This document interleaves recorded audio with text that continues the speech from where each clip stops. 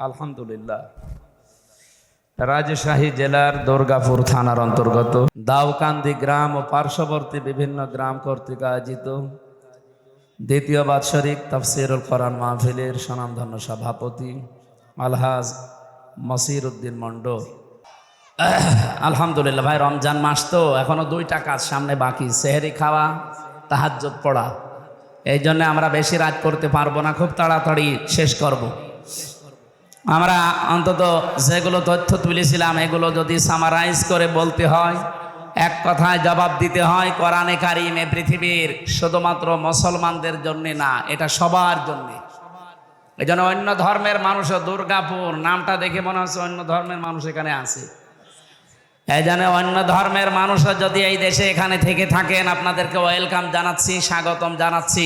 আজকের এই অনুষ্ঠান শুধুমাত্র মুসলমানদের জন্য না, এটা সবার জন্য। এক কথা বলে না কেন? মানুষ পদবাচ্যে যারা বিবেচিত, সবার জন্য আজকের এই অনুষ্ঠান। কথা বলেন ঠিক কিনা? না, ধর্ম যার যার উৎসব, সবার এই কথা বলা যাবে না।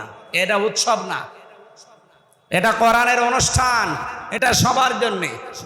কিন্তু ধর্ম যেটা আমি ধর্মীয় ভাবে পালন করি, যে ফরজ নিয়মগুলো ইবাদত মনে করে, ওইগুলো কিন্তু সবার জন্য না। যেমন নামাজ, এটা কি হিন্দুদের জন্য, খ্রিস্টানদের জন্য? বলেন বলেন। লাকুম দীনুকুম ওয়ালিয়া দীন, এই আয়াত অনুযায়ী ধর্ম যার যার উৎসব তার তার। হ্যাঁ, আমাদের ধর্মে জোর জবরদস্তি নেই, লা ইকরাহা ফিদ্দিন। আমাদের ধর্মে কোনো বাড়াবাড়ি নেই, মারামারি নেই, কাটাকাটি নেই, জবরদস্তি নেই। যদি থাকতো 850 বছরের এলাকা আমরা শাসন করেছিলাম, একটা হিন্দু থাকার কথা ছিল না। এমনকি দুর্গাপুর এই নামটাও থাকার কথা ছিল না। এক কথা বলেন না কেন? আমরা দুর্গাপুর বা কেটে দিয়ে আমরা মোহাম্মদপুর বানাতে পারতাম, মুসলিমপুর বানাতে পারতাম। কিন্তু না, আমরা জোর জবরদস্তি করি না ধর্মের উপরে।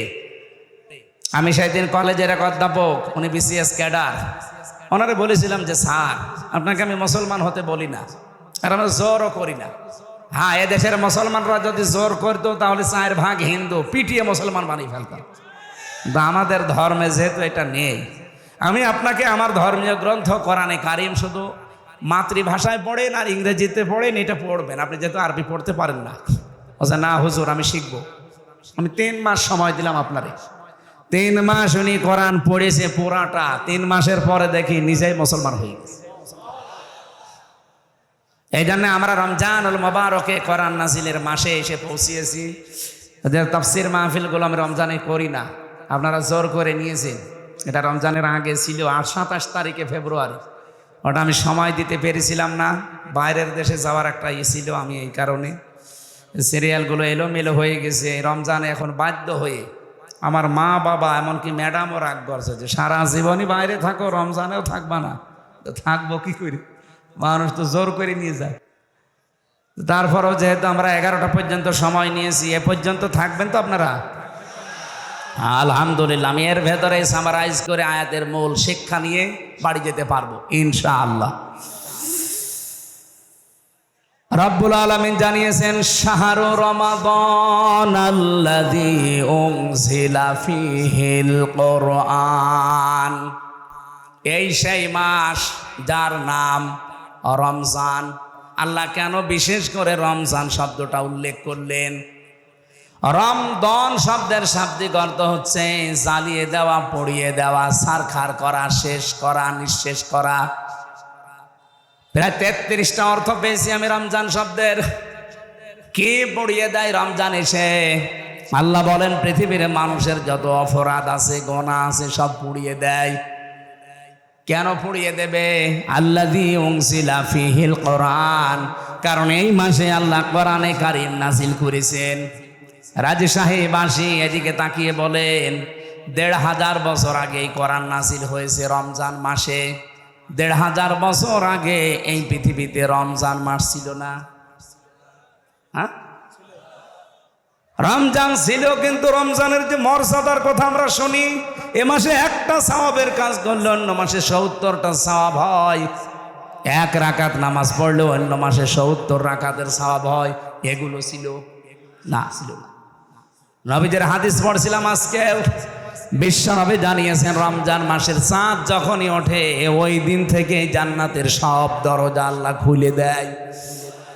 না, জান্নাতের দরজা এমনিই খোলা থাকে, আরো পরিষ্কার করা হয়, বিউটিফাই করা হয়, আরো যত রকমের সৌন্দর্য আছে বৃদ্ধি করা হয়।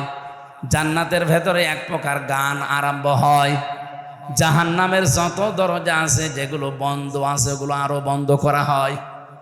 আমি হাদিসের এই দুইটা শব্দ বুঝতাম না। ফতিহাত আবওয়াবুল জান্নাহ, গুল্লিকাত আবওয়াবু জাহান্নাম, আবওয়াবুন নার। এই হাদিসের এই দুইটা শব্দ আমি বুঝেছি জেলখানায় যাবার পরে। ওখানে বহুদিন 3টা বছর যেহেতু আটক ছিলাম, এই যে চাঁদ সাহেবও আছে, আমি জেলে পেপার পড়ছিলাম, হঠাৎ দেখছি আবু সাইদ চাঁদ একটা কাজের মতো কাজ করিস, ওনারে ধরে নিয়ে জেলে দিয়েছিল। পরবর্তীতে আমরা দুইজন যেহেতু এখানে আছি একেবারে অরিজিনাল সাক্ষী, জেলখানার গেট, বাংলাদেশে যত জেল আছে সব জেলখানার গেট 24 ঘন্টা তালা লাগানো, কোনো সময় খোলা থাকে, 1 সেকেন্ডও খোলা থাকে না। হ্যাঁ, কেউ গেলে খুলে দেবে, ঢুকে আবার তালা লাগিয়ে দেবে। আমি এইটা বুঝেছিলাম হাত্তা ইযা জাউহা ফতিহাত আবওয়াবুহা ওয়া ক্বাল, এই আয়াতের তাফসীর পড়তে গিয়ে যে আল্লাহ জাহান্নামের বর্ণনা দিতে গিয়ে জানিয়েছেন যে জাহান্নামের মানুষগুলো যখন যাবে গেটে, গেট কিন্তু খোলা থাকবে না, বন্ধ। ও যাওয়ার সঙ্গে সঙ্গে দারোয়ান যিনি আছে মালিক, উনি খুলে দেবে, উনি ভেতরে যাবার পরে আবার তালা লাগিয়ে দেবে। কিন্তু জান্নাতের কথা আয়াতের পরে আছে সূরা যুমারে রব্বুল আলামিন বলেন হাত্তা ইযা জাউহা ওয়া ফুতিহাত আবওয়াবুহা। এই যে মাঝখানে ওয়া আছে আর আগেরটায় ওয়া নেই। আল্লাহ বলেন জান্নাতি মানুষগুলো যখন জান্নাতের গেটে যাবে, ও জান্নাতের গেটে যাওয়ার আগে যা দরজা ছিল এমনি খোলা থাকবে। এই জন্য জাহান্নামের দরজার সাথে জেলখানার দরজার একটা তুলনা পেয়েছি। জাহান্নামের দরজাগুলো সব বন্ধ আছে, ওগুলো আরো শক্ত করে তালা লাগানো হয়।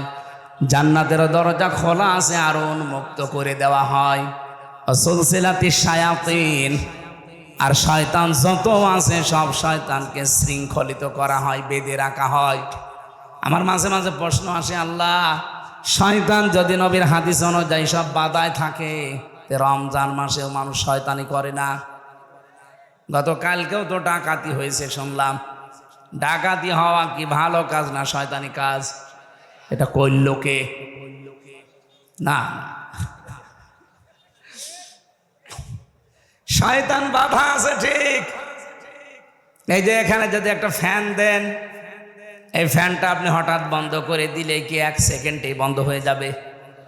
বলেন বলেন। সুইচ অফ করার পরেও কিন্তু 1-1.5 মিনিট ঘুরতেই থাকবে। আপনি লোহাকে গরম করে রেখে দেন, 1 মিনিটেই ঠান্ডা হয়ে যাবে না, কয়েক মিনিট সময় লাগবে। কথা বলেন ঠিক কিনা? আমরা যারা 11 মাস অপরাধে লিপ্ত থাকি, গোনার কাজকে গোনাই মনে করে না, এই মানুষগুলো 11 মাস অপরাধ করতে করতে করতে রমজান এসে পৌঁছায়। রমজান মাস আসলে যেহেতু শয়তান বাধা পড়ে যায়, শৃঙ্খলিত হয়ে যায়, এই মানুষটার ভেতরেও শয়তানি আর কাজ করে না। 11 মাস যে ফোর্স ছিল, এই ফোর্সটা তো আর বাধা নেই, চলতেই থাকে চলতেই থাকে। এই জন্য 1 মাস পার হয়ে যায়, শয়তান আবার ছাড়া পায়, ও আবার তখন গিয়ারে পা দেয়। আমরা যেন এই কাজ আর সামনে না করি। রমজান এসেছে আমাদেরকে বেঁধে ফেলার জন্যে, সংযমী হওয়ার জন্যে। আল্লাহ পাক বলেন রমজান, এই কোরআন শরীফ আমি নাজিল করলাম, এর আগেও তো রমজান ছিল, এর দাম ছিল না, শয়তান বাধা হইতো না এর আগে রমজানে। জান্নাতের দরজাগুলো আরো বেশি উন্মুক্ত করা হতো না, জাহান্নামের দরজাগুলো আরো এইটে দেওয়া হতো না। খালি মাত্র কোরআনের কারণে এই যে এইগুলো সব আমি করি, এত মর্যাদা দিয়েছি কোরআনের কারণে রমজানকে। রাব্বুল আলামিন বলেন রমজানের দাম এত বাড়ার পেছনে কারণ হচ্ছে যেহেতু কোরআন, তোমাদের উচিত হবে রমজানে কোরআনের সাথে সম্পর্ক বৃদ্ধি করে রমজানের আসল ফায়দা হাসিল করা। দুঃখজনক হলেও সত্য, 2 দিন পার হয়ে 3 দিন চলছি আমরা। অথচ এখনো অনেক মানুষ কোরআনের কাছে আসা আরম্ভ করেনি। আরে বিয়েতে যারা বরযাত্রী যায়, 1000 বরযাত্রীর কোনো দাম নেই বর ছাড়া। হ্যাঁ, কথা বলেন না কেন? এখান থেকে একটা মাসলা যেহেতু মনে এসেছে বলছে, এদিকে তাকান। যদিও বিয়েতে বরযাত্রী যাওয়া মুসলমানদের জন্য জায়েজ নেই, এটা হিন্দুদের কালচার। ওরা বিয়ের দিনই মেয়েকে যা দেবে সব দিয়ে দেয়। কি কথা বুঝতেছেন? বরযাত্রী যাওয়া এটা মুসলমানদের ধর্মে আছে নেই? হ্যাঁ, মুসলমানদের আছে অলিমা। কি আছে বলেন বলেন বলেন তো? অলিমা ছেলের বাড়ি হয় না মেয়ের বাড়ি? ছেলের বাড়ি। অথচ আমাদের দেশে পুরা ইসলাম আমরা পাল্টিয়ে ফেলেছি, অলিমার খবর নেই। এখানে অধিকাংশ মানুষ বিয়ে করার সময় বরযাত্রী নিয়ে যাচ্ছে মেয়ের বাড়ি 200-300। আজকের প্রধান অতিথিকেও জিজ্ঞাসা করেন উনি অলিমা করেছে না বরযাত্রী নিয়ে গেছে? বলেন কি? বিয়েতে যে বরযাত্রী নিয়েছেন না অলিমা করেছেন? দেখেন, মনেও ইসলাম মানে নাই। প্রধান অতিথি যদি না মানে না, প্রধান বক্তাও মানে নাই। কারণ আমিও 10 জন নিয়ে গিয়েছিলাম, আমি ওই সময় এটা জানতাম না। আমরা যেহেতু এখন জানি, এখন থেকে আর কেউ বরযাত্রীর দাওয়াত দিলে যাবেন না, না আর কোনো সুযোগ নেই। এখন থেকে আর যাওয়া যাবে না, অলিমায় যাবেন। কি কথা বুঝতেছেন? বারবার বলছি এই কারণে, কারণ আমার 3টা মেয়ে, আমার ছেলে নেই, আমার বাঁচা লাগবে না।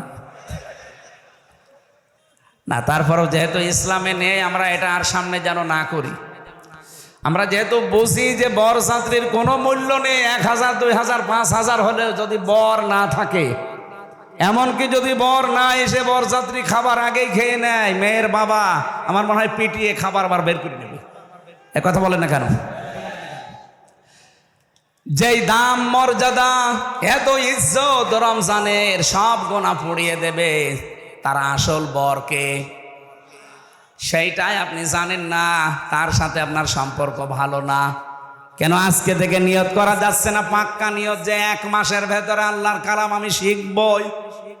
তাও যেমন তেমন ভাবে না, এটা আমি শিখবো একেবারে শুদ্ধ করে। আমরা যারা মুসলিম আছি, অন্তত যেখানে আছি ওই জায়গা থেকে আজকে নিয়ত করে যান যে রমজানে আমি কোরআন শিখবই। অনেকে মনে করতে পারে আমার 70 বছর বয়স, আমার দাঁত পড়ে গেছে, আমার হবে না। মানে আমার বাবার বয়স তো কত, এখন প্রায় 64-র উপরে হবে। উনি এখন কায়দা পড়া আরম্ভ করেছে। আমার ছোট মেয়েটা দেখে তোমার ছোট মেয়ে 4 বছর বয়সে যদি কোরআন পড়তে পারে, আর আমি 64 বছরও পড়তে পারবো না। মাঝে মাঝে আমার বাড়িতে বেড়াতে আসলে আমার মেয়ের ধরে, দাদা সূরা কাউসার বলেন তো। কাউসার বলে তোমার আব্বার ভাষায়। আমার আব্বার ভাষা বলেন, 3টা আয়াত পড়লে 9টা ভুল যায়। আমার ছোট মেয়েটা নাকি লজ্জা দেয়, আমার বলছে তোর এই মেয়ের কারণে আমার কোরআন এখন শেখা লাগছে। এখন একটা উস্তাদ ঠিক করেছে, এক হুজুর, মাসে মাসে তারা টাকা দিয়ে বলছে আমার শিখিয়ে দেন, অন্তত নাতির কাছে যে যেন লজ্জায় পড়তে না। লজ্জার খাতিরে তারপরে এই বয়সে তো শিখতেছে, সবাইকে শেখা লাগবে ভাই। তালেবে এলেম শুধু 8 বছর 10 বছর বয়সের না। এ আবু সাইদ চাঁদ সাহেবের এখন মনে 60 বছর 65 বছর, তাতে কি এই বয়সেও যদি শেখে উনিও তালেবে এলেম। আর তালেবে এলেম মরে গেলে তার কোনো হিসাব নেই, বিনা হিসাবে বিনা বিচারে জান্নাতি। এটা কিসের কারণে বলেন তো? রব্বুল আলামিন 4টা জাতির ঘটনা উল্লেখ করেছেন কোরআনে। এরপরে তিনি 4 জায়গায় দিয়েছেন সূরা কমারের ভেতরে। 17 নম্বর আয়াত, 22 নম্বর আয়াত, 32 নম্বর আয়াত, 40 নম্বর আয়াত। ওয়ালাকাদ ইয়াসসারনাল কুরআনা লিযিকরি ফাহাল মিন মুদ্দাকির। অবশ্যই আমি আমার এই কোরআনকে তোমাদের জন্য সহজ করে দিয়েছি, বোঝার জন্য, পড়ার জন্য। ফাহাল মিন মুদ্দাকির, এখান থেকে উপদেশ নেওয়াও সহজ। কেউ কি আছো যে কোরআন থেকে উপদেশ নিতে পারো? কে বলছেন? বলেন বলেন। আমি পড়া আয়াতগুলো তাফসীর পড়ে দেখেছি সূরা কমারের। আল্লাহ এত বেশি আফসোস করেছেন এই আয়াতগুলো নিয়ে যে আমার বান্দাদের প্রতি আফসোস আমার। ফাল মিম মুদ্দাকির। এত সহজ করে দিলাম আমার এই বাণীটা, আমার এই কালামটা, এরপরও দেখি আমার অনেক বান্দা বান্দি না, এর কাছে আসে না, উপদেশও নেয় না। আমরা যে যেই বয়সের আছি ভাইরা, দল মত এই মুহূর্তে সব বাদ। আমি আল্লাহর কালামে 1 মাসে না শিখে মরতে চাই না। কে কথা বলেন না কেন? পুলিশ ভাইদেরকেও বলছি, সময় পেলে আগে এটা শিখে নেন। বয়স আপনার যাই থাক, এটা শেখাই লাগবে। কর্মজীবন যার যেটা আছে কোনো অসুবিধা নেই। যদি চুরি করা না হয়, ডাকাতি করা না হয়, ছিনতাই করা না হয়, মানুষকে ধোঁকাবাজি করে ফাঁকি দেওয়া না হয়, চাঁদাবাজি না হয়, যেভাবেই কর্মজীবনে আছেন যদি রাস্তা ঝাড়ু দেন, এটাও ভালো কাজ। যে যেই কাজে আছেন সবার কর্মজীবনের দাম আছে। আমার প্রত্যেকের ওপরে আমার আহ্বান, আপনারা এইটা এই রোজার মাঝে শিখবেন। এই পারবেন না? আল্লাহ বলছেন এটা সহজ, আপনি পারবেন না মানে? পুরা কোরআন শরীফ না পারলে অন্তত 10টা সূরা একটু টার্গেট নেন যে আপনি শুদ্ধ করে পড়তে চাই। আমি নামাজের ভেতরে যখন অর্থ ব্যাখ্যাটা মনে মনে ভেবে পড়বেন, দেখবেন নামাজের ভেতরে একটা আলাদা শান্তি পাবেন। বাংলা এটারে বলা হয় অনির্বচন সুখ। এখানে যারা বাংলার ছাত্র আছে, শব্দটা কিন্তু অনেক কঠিন। অনির্বচন সুখ, এটা পাওয়ার জন্য আপনাকে নামাজের ভেতরে খুশু তৈরি করা লাগবে। আর এটার একমাত্র পদ্ধতি কোরআন বোঝা, তাছাড়া আপনি পাবেন না। হযরতে ওমর ফারুক রাদিয়াল্লাহু তাআলা আনহু, উনি নামাজে দাঁড়ালে তেলাওয়াতে উনি কাঁদতেন। 3-4 কাতার মানুষ পেছনে শুনতে পেত ওনার কান্না। আর আমরা এমন নামাজ পড়ি, অনেকে নামাজের ভেতরে হাসে। কি আপনি নামাজের ভেতরে হাসতেছেন, টের পাচ্ছেন? আপনি কি বলেন? হ্যাঁ, টের পান না, এই জন্য আপনার হাসি আসে। হযরত ওমর এত জোরে কন্দন করতেন নামাজে তেলাওয়াত করতে করতে, 3-4 কাতার মানুষ শুনতে পেত যখন কাঁদতেছে। যখন পড়তেন জাহান্নামের আযাবের আয়াতগুলো, এমনি চোখ দিয়ে তার পানি চলে আসতো। আমরা ওই সিস্টেমে এগিয়ে যাই। এই পৃথিবীতে আমার যতটুকু ধারণা, কোরআন বুঝলে, পড়লে আর মেনে নিলে মানুষ এমনি অন্যায় ছেড়ে দেবে। আমার ভাইরা, রমজান মাসের যতগুলো উপকার আমি তাফসিরের ভেতরে পড়েছি এবং বিজ্ঞানের সাথে মিলিয়ে, তার ভেতরে একটা বলছি। এই এদিকে তাকান। এই 2017 সালে জাপানের এক বিজ্ঞানী, চিকিৎসা বিজ্ঞানী, উনি এই তথ্যটা দিয়েছে। উনি নোবেল পুরস্কার পেয়েছে। ইউশোনারি ওসামি এই লোকটার নাম। এই সাতাদের নাম তো উলট পালট উচ্চারণ করতে মুখ বাঁকা হয়ে যায়। এই ইউশোনারি ওসামি, উনি 3.5 হাত বডি নিয়ে চিন্তা ভাবনা করে এই তথ্যটা বের করেছে। এই জন্য ওনাকে নোবেলও দিয়েছে। উনি বলছে শরীরের ভেতরে প্রায় 2 কোটি কোষ আছে। অটোফেজির নাম শোনেননি? এই 2 কোটি কোষ, এগুলো শরীরকে সুস্থ রাখার জন্য খুব দরকার। কিন্তু আমরা যে 11-12 মাস একাধারে খাবার খেতেই থাকি, এই একাধারে যারা খাবার খায়, এই কোষগুলো তখন পাশে একটা একটা করে বৃদ্ধি হতে থাকে। এই যে অতিরিক্ত যে কোষগুলো, এই কোষ 2 কোটির উপরে চলে গেলে এই 2টা রোগ আপনার শরীরে দেখা দেবে, মাস্ট বি। 1 নম্বরে ক্যান্সার আর 2 নম্বরে টিউমার। এই 2টা আপনার শরীরে দেখা দেবে যদি একাধারে খাবার খেতেই থাকেন। চিন্তা করলেন যে এই কোষ মুক্ত করার জন্য কি করা যায় দেখি। 13টা বছর একাধারে গবেষণা করে উনি পেয়েছেন, যদি কেউ 1 মাস একাধারে 12 থেকে 14 ঘন্টা না খেয়ে থাকতে পারে দিনের বেলায়, তখন ওর যে ন্যাচারাল ভাবে যে কোষগুলো তৈরি হয়ে আছে, ওই কোষগুলো খাবার পায় না, তখন আস্তে আস্তে আশপাশে যা আছে খেতে আরম্ভ করে। ওই বৃদ্ধি হওয়া অতিরিক্ত কোষগুলো তখন খেয়ে খেয়ে 1 মাসের ভেতরে পুরাটা সাবাড় করে ফেলে। এই মানুষটাকে তখন ক্যান্সার এবং টিউমার থেকে আল্লাহ বাঁচিয়ে দেন। চিন্তা করলেন এই তথ্য পাওয়া যায় কোথায়? 4,500 ধর্মগ্রন্থ আছে দুনিয়ায়। কত? 4,500। অধিকাংশগুলো উনি মিলিয়ে দেখলেন যে কোনো তথ্য পাওয়া যায় কিনা ধর্মীয় গ্রন্থে। সর্বশেষ তিনি আমাদের মুসলমানদের কোরআনে সূরা বাকারার 284 নম্বর আয়াতের শেষের অংশে তিনি পেয়েছেন ওয়া আনতাসুমু খায়রুল লাকুম, তোমরা যদি রোজা রাখো তোমাদের জন্য ভালো হবে, উপকার হবে। এই যে খায়রুল লাকুমের ব্যাখ্যায় আমি পেয়েছি আল্লাহ 27টা বিধান এখানে দিয়েছেন উপকারের জন্যে। কেউ যদি রোজা রাখে দুনিয়াতে তার কমপক্ষে 27টা উপকার হয়, আর আখেরাতে হয় 9টা। সুবহানাল্লাহ বলতে পারেন না? আর বিজ্ঞানী উনি যতগুলো পেয়েছে তার ভেতরে 1 নম্বরে আপনাকে ক্যান্সার, টিউমার এগুলো থেকে যদি মুক্ত হতে হয়, এই রক্তের ভেতরে কমপক্ষে 5 প্রকার ক্যান্সার হচ্ছে এখন। কয় প্রকার? 5 প্রকার ক্যান্সার আমাদের রক্তের ভেতরে এখন হচ্ছে। 2 নম্বরে টিউমার হয় 2 প্রকার, একটা ভেসে ওঠে শরীরে, একটা ভেতরে থাকে। এই যে আমার একটা ভেসে উঠেছে, অনেকের হয়তো ভেসে ওঠে শরীরে, অনেকের ভেতরে থাকে। এটা থেকে মুক্ত হওয়ার একটাই রাস্তা আছে, এই রোজা। এছাড়া কোনো বিধান আর পৃথিবীতে নেই।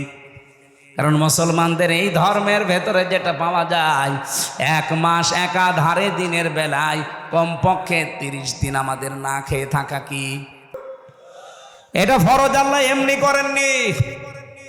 যতগুলো ফরজ নিয়ম আমি কোরআনে পেয়েছি, কোন ফরজ নিয়মের আগে আমার আল্লাহ কাতাবা আমি পাইনি। কিন্তু রোজার কথা বলতে গিয়ে আল্লাহ কাতাবা দিয়েছেন, ইয়া আইয়ুহাল্লাযীনা আমানু কুতিবা আলাইকুমুস সিয়াম। ও হে যারা ইমানের দাবি করো, রোজা নামে এই বিধানটা কিন্তু আমি আল্লাহ ফরজ করে দিয়েছি, এমনি না, লিখে দিয়েছি। আজকের এই জমিনটা যদি আমি চাঁদ সাহেবকে বলে জান দিয়ে দিলাম, আমার কথার কোনো মূল্য আছে না। কিন্তু যদি বলে এটা লিখে দিলাম সই স্বাক্ষর করে, এই যে দলিল আছে নেন স্টাম্প করা, এই জায়গার দাম নেই।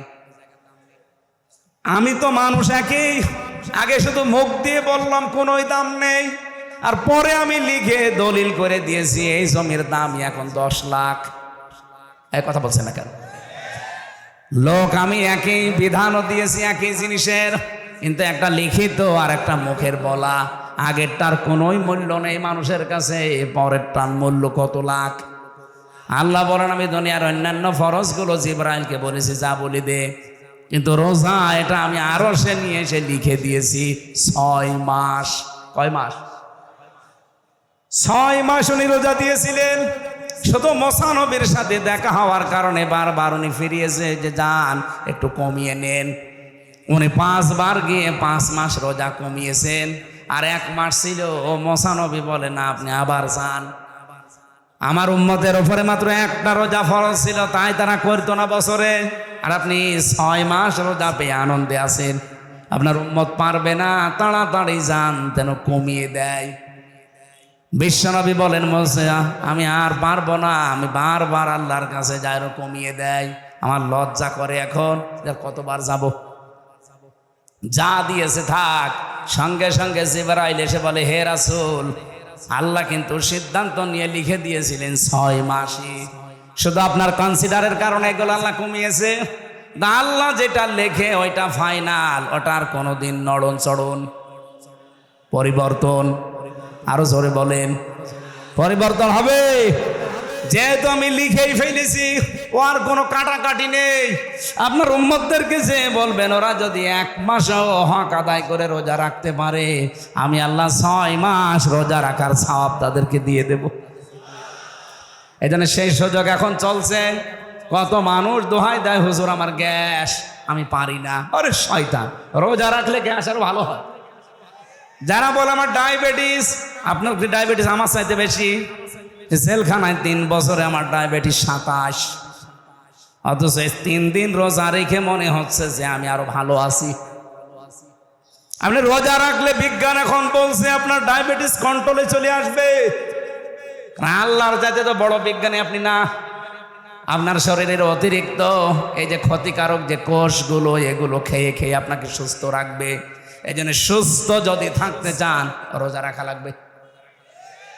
এ পৃথিবীতে একজন মানুষের জীবনী পড়েছি, তিনি সারা জীবনই সুস্থ ছিলেন, তাও 1 দিন 2 দিন না, 950 বছর।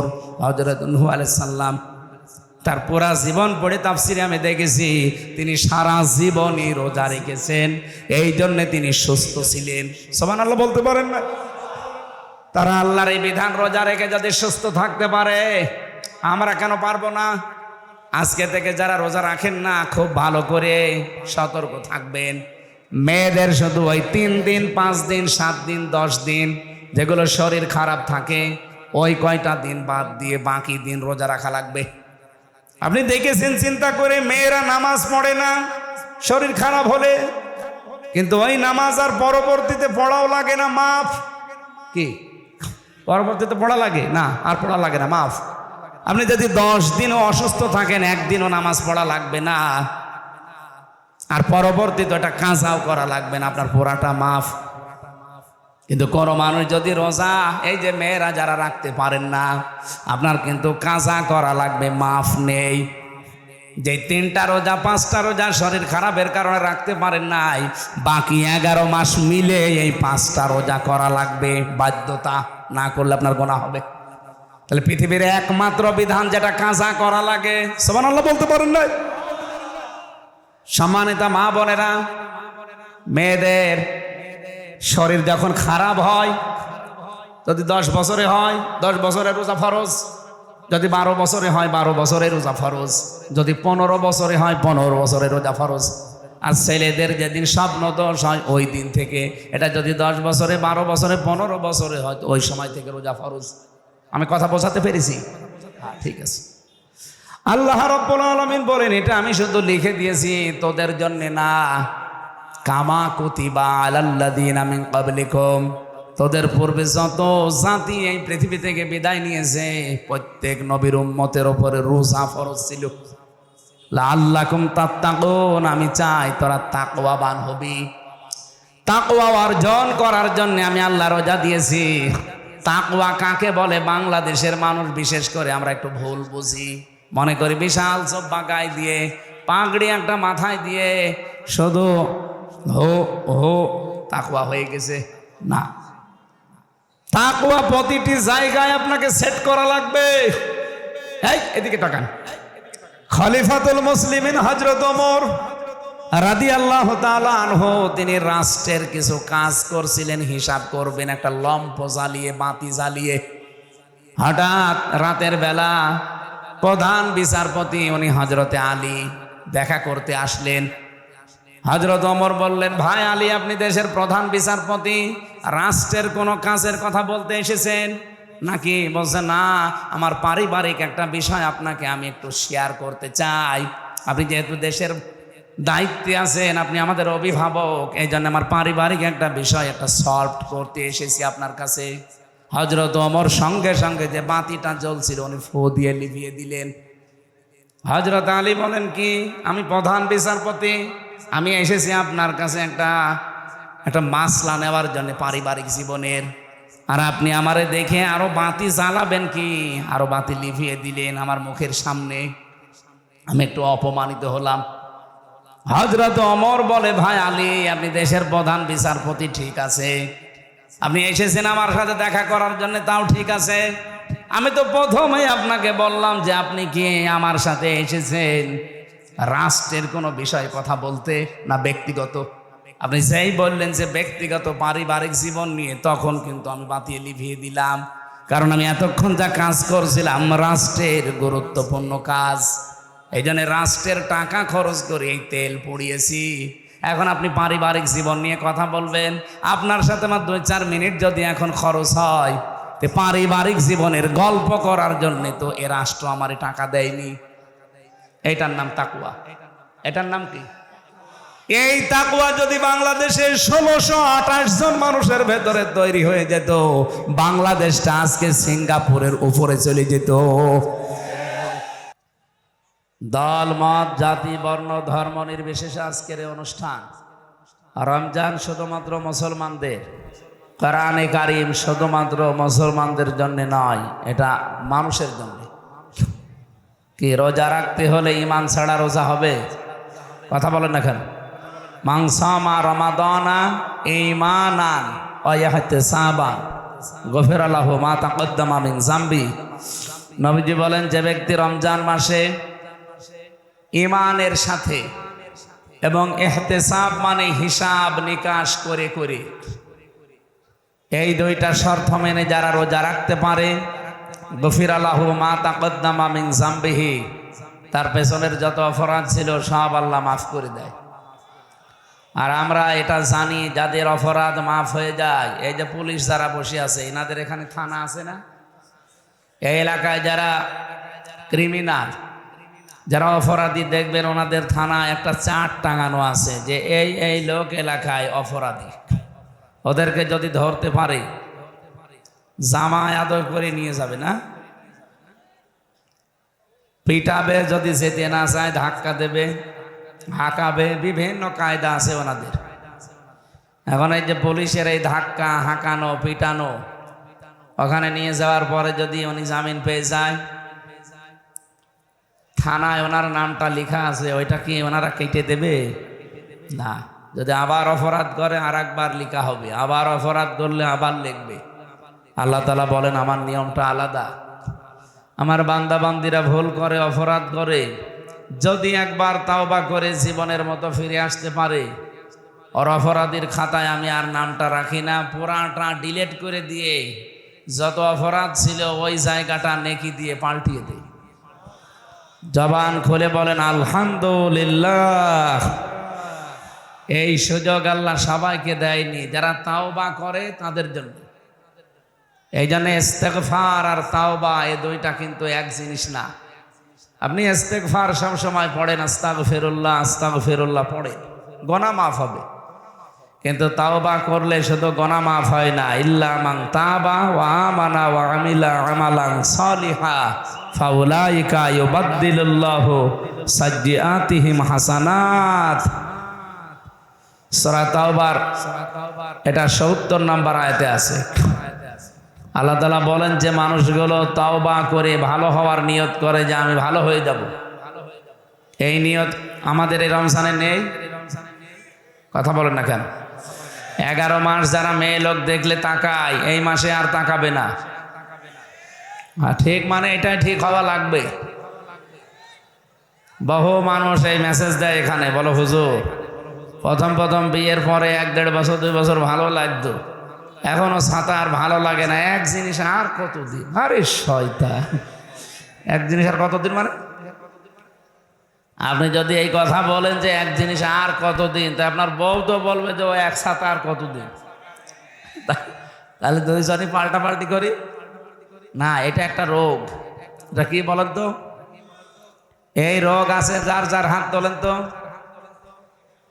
না, এখানে নেই আলহামদুলিল্লাহ। তাহলে আমার মোবাইলে যে মেসেজ আসে কি ফেরেশতারা দেয়? নিজের বউ দেখলে আর ভালো লাগতে চায় না, আকর্ষণ হয় না। অন্যেরটা দেখলেই কেমন যেন মনে হয় যে আল্লাহর নিয়ামত। এটা একটা রোগ। কি বলেন তো? এই রোগ মুক্ত হওয়ার জন্য 2টা ঔষধ আছে, একটা হোমিওপ্যাথি আর একটা অ্যালোপ্যাথি। হ্যাঁ, এই রোগে হোমিওপ্যাথি অ্যালোপ্যাথি গাছড়া দিয়ে হবে না।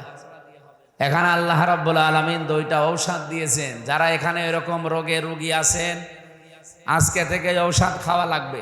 যেহেতু রমজান মাস, কোরআনে কারিম নাজিল হয়েছে, আর কোরআন সব রোগের ঔষধ। বলেন বলেন, শিফাউল লিমা ফিস সুদূর।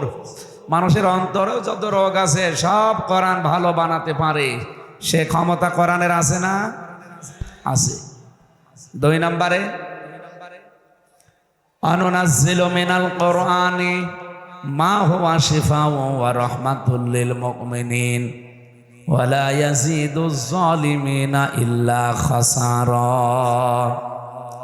সূরা বানী ইসরাইলের 82 নম্বর আয়াতে আল্লাহ বলেন, এ কোরআন নাজিল করার ধারাবাহিকতায় এমন এমন বিধান আমি আল্লাহ দিয়েছি যেটা মুমিনদের জন্য রোগ মুক্তির কারণ। এমন কোন রোগ নেই পৃথিবীতে, শারীরিক এবং মানসিক সব রোগের ঔষধ এখানে আছে। আল্লাহ পাক বলেন, আকুল্লিল মুমিনিনা ইয়াগুদ্দু মিন আবসারিহিম ওয়া ইয়াহফাযু ফুরুজাহুম যালিকা আযকা লাহুম ইলা আখিরি আয়াত। সূরা নূরের ভেতরে আছে 30 নাম্বার আয়াত। এটা রব্বুল আলামিন বলেন, মুমিন পুরুষদেরকে আপনি বলেন তারা পরনারী দেখলেই যেন আগে চোখ নিচের দিকে করে। তাহলে প্রথম ঔষধ, মেয়ে লোক দেখলে সে যেই হোক চোখ নিচের দিকে করা লাগবে। শুধু 14 জন মহিলা বাদ দিয়ে কয়জন? এই ক্লাস চলছে, এটা জবাব দিতে পারেন না? কয়জন বলেন? 14 জনের ভেতরে আপনার মা আছে, আপনার বোন আছে, আপনার মেয়ে আছে, আপনার খালা আছে, আপনার ফুফু আছে। এদের দিকে যদি তাকায় কোনো মানুষ, যত খারাপ হোক, খারাপ নিয়ত নিয়ে তাকায়? নিজের মায়ের দিকে কোনো খারাপ নিয়ত নিয়ে কেউ তাকায়? সূরা নিসার 21 নাম্বার আয়াতে এই তথ্যটা পাবেন। এরকম 14 জনের নাম আপনি দেখে দেখে মিলিয়ে দেখবেন যে এদের দিকে তাকালে অসুবিধা নেই। তো বাকি যারা দুনিয়াতে আছে সে যেই হোক, ওটা যদি পরিমণি হয় তাকানো যাবে না? না হালকা যাবে নাকি? না একবার যদি চোখ পড়ে যায় অসুবিধা নেই। প্রথম নজর মাপ, পরের নজর পাপ। এই জন্য এরকম কিছু যদি সামনে পড়ে একবার তাড়াতাড়ি দেখে চোখ ফিরিয়ে নেবে, নাকি 1 মিনিট? বলে একবার দেখা যখন জায়েজ আছে, একবার আমি 1 মিনিট তাকিয়ে থাকলাম না। চোখ যদি এরকম পড়েও যায় সঙ্গে সঙ্গে নিচের দিকে করবেন। আমি আবার বলছি, মেয়ে লোকের দিকে তাকানো যাবে না তা না। কয়জন বলেন? বলেন। 14 জন বাদ দিয়ে দুনিয়ায় কোনো মহিলা যদি সামনে পড়ে, সে যেই হোক, ও যদি চাচাতো বোন হয় হবে না, মামাতো বোন। অনেকে মনে করে ভাবি তো মায়ের মতো, এ আর কি, অসুবিধা নেই। কে বলিস আপনাকে? আপনার ভাই মরে গেলে যে ভাবির সাথে আপনার বিয়ে জায়েজ আছে আপনি টের পাচ্ছেন? আপনার বাবা মরে গেলে আপনার মায়ের সাথে আপনার বিয়ে জায়েজ আছে। বুঝতেছেন কথা? বুঝতেছেন? তাহলে উল্টা পাল্টা ফতোয়া বের করবেন না যে ভাবি আমার মায়ের মতো। কিসের মায়ের মতো? এগুলো সব শয়তান শিখিয়েছে আপনাকে। এই পৃথিবীতে পুরুষ মানুষের জন্য সবচাইতে ভয়ঙ্কর হচ্ছে 2 জন নারী। নবীজি বলেন এরা মৃত্যুর মতো, একটা ভাবি আর একটা শালী। ভাবি আর শালী যাদের আছে হাত তোলেন তো। ওই এলাকায় বিয়ে শাদী বন্ধ হয়ে গেছে? ঠিক আছে, আল্লাহর ওলি এখানেও আছে। খুব চিন্তা ভাবনা কিন্তু এই 2 জায়গায় ঈমান রাখা এখানে বড় কঠিন হয়ে দাঁড়ায়। কারণ শয়তান এই জায়গায় এত বড় বড় জাল পিছায়, আপনি সে জাল থেকে মুক্ত হওয়া বড় কঠিন। নেক্সট সুরতে শয়তান এখানে এসে ধোকা দেয় যে শালী ছোট বোনের মতো। এ জায়গা আছে বউ ধুয়ে শালী নিয়ে আল্লাহ রাস্তা চলে গেছে। এই জন্যে একজন পুরুষের জন্যে ইমানের বড় পরীক্ষা কয়জন মহিলা বলেন তো? আরো জোরে বলেন। একজন আপনার শালী আর একজন আপনার ভাবি। নবীজি বলেন 2টাই মরণের সমতুল্য। মৃত্যু দেখলে মানুষ যেমন ভয় পায়, এই 2টার থেকে যেন এরকম ভয় পায়। এই কথা বুঝতেছেন? এই বসুক, ওর যদি ভালো লাগে মাটিতে বসতে, কোনো সমস্যা কি? থাক, বাড়িতে যে পোশাক ধুয়ে দেবেন। ঠিক আছে, বসেন বসেন। দ্বিতীয় নাম্বার, একজন মেয়ে লোকের জন্য 2 জন পুরুষ মানুষ সব চাইতে বড় ভয়ঙ্কর। এদের কাছে ঈমান রাখা না রাখা কষ্ট হয়ে পড়বে। আল্লাহর নবী এই 2 জন পুরুষকেও মৃত্যু সমতুল্য ঘোষণা দিয়েছেন। একজন দেবর, নাম কি? 2 নাম্বার দুলা ভাই। আমি বেঁচে গেছি যে আমি কারো দুলা ভাই না, চাচা তো মামা তো খালা তো আছে, তো নিজের টান নেই। ম্যাডামই একেবারে লাস্ট, তো আমরা কেউ দুলু ভাই বলে ডাকেন না, আপনারা ডাকেন না। দোলা ভাই যাদের আছে, মেয়েরা সাবধান থাকবেন এই জায়গায়। না, এখানে দায়িত্বশীল যারা বাবা বড় ভাই, এরা কিন্তু গুনাহগার হয়ে যাচ্ছে আমরা। আমার নিজের ছোট বোনকে বাবা তার মেয়েকে দোলা ভাইয়ের কাছে আল্লাহ রাস্তায় দিয়ে উনি সুবহানাল্লাহ তসবিহ টিপতেছে। অসময়ে মসজিদে বসে বসে সুবহানাল্লাহ পড়ছে। কি দাদা আপনি অসময় মসজিদে সুবহানাল্লাহ পড়েন? মানে এখন কি সময় মসজিদে আসার? আচ্ছা না, বাড়িতে তো থাকা যাচ্ছে না, ওই মেজ মেয়ের দেবর এসেছে, আমার ছোট মেয়ে নিয়ে যাই আর কি ফাজলামি চলছে, বাড়িতে আর থাকতে পারলাম না, এই জন্য মসজিদে এসে সুবহানাল্লাহ পড়ছি। ওর সুবহানাল্লাহ মাথার উপরে উঠবে? বলেন, আপনার মসজিদ থেকে আগে বের হন, আগে যে আপনার ছোট মেয়েকে ওখান থেকে সরান, তারপরে একবার বলেন সুবহানাল্লাহ, যে আল্লাহ তুমি পবিত্র। আল্লাহ যেমন পবিত্র, আল্লাহর বিধানও পবিত্র না? কথা বলেন না কেন? তো এখানে যে বিধানটা ছিল আল্লাহর, এই বিধানের নাম কি? পর্দা। নাম কি? এই যে শালীর সাথে দোলা ভাইয়ের এখানে পর্দা ছিল না, এই বিধানটা আপনি নষ্ট করে মসজিদে সুবহানাল্লাহ পড়ছেন, জীবনও হবে না সুবহানাল্লাহ। কারণ আল্লাহ পবিত্র, তার বিধানও আপনাকে পবিত্র রাখা লাগবে, পরিবারকে, সমাজকে, রাষ্ট্রকে। আর আমরা এটাই চাই।